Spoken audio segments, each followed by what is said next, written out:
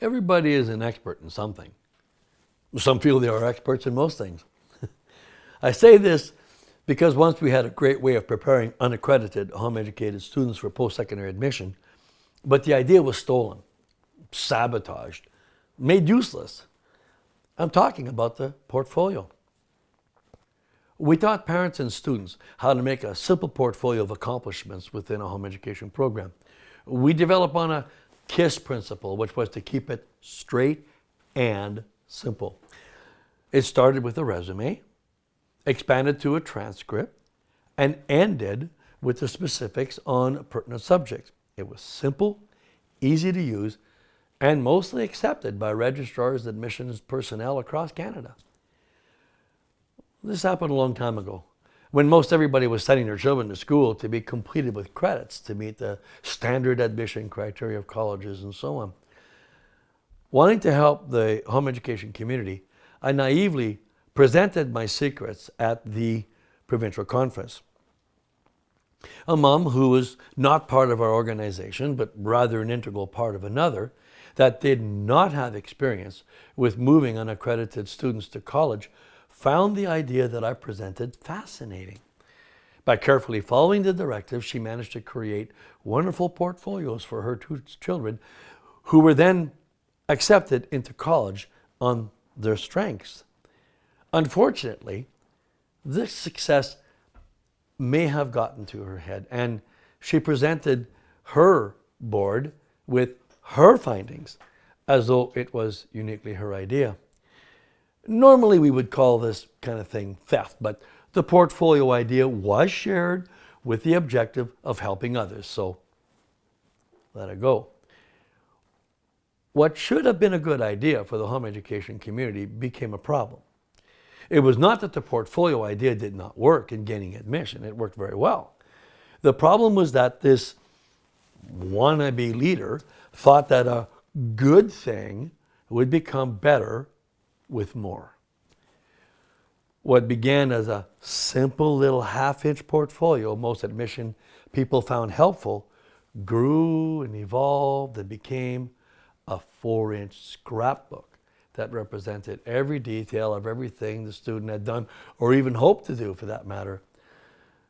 There was not an admission person anywhere who had the time nor the inclination to review a giant tome of useless stuff, useless material.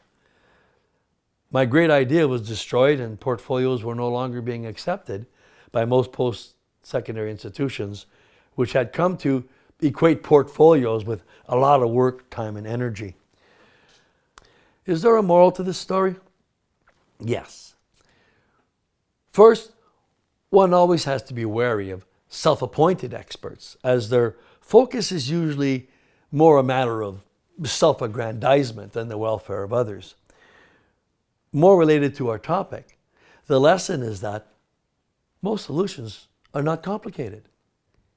Most of the time, very little needs to be done to meet the admission criteria of college programs. Admissions to college is accomplished by presenting the college with needs to properly evaluate your potential for success in the program. This is especially so with prescribed 1, 2, or 3-year programs usually offered in colleges and technical institutions. Since English proficiency is always required, make sure your English skills are good. Need math, biology, or chemistry? Again, no problem. It does not have to be 30-level high school courses. Prove that you have the required skills by having followed a different program. There are a number of ways to meet those requirements, and if you have not done that within your home education program, do it in some other way. Remember that going to school to get those missing courses is a silly way of going backwards in order to advance. For instance, if biology is a requirement that you don't have, take an online course from a reputable university or college. Make sure that it can be transferred to the college you want to attend. A good thing about doing it this way is that you not only demonstrate proficiency, but you are likely to be able to apply that course to your program, eliminating the need to take that first-year course at all. Alternatively, you can always just challenge the institution's first-year biology program. And if successful, you've established your proficiency while already having completed a course required within the program.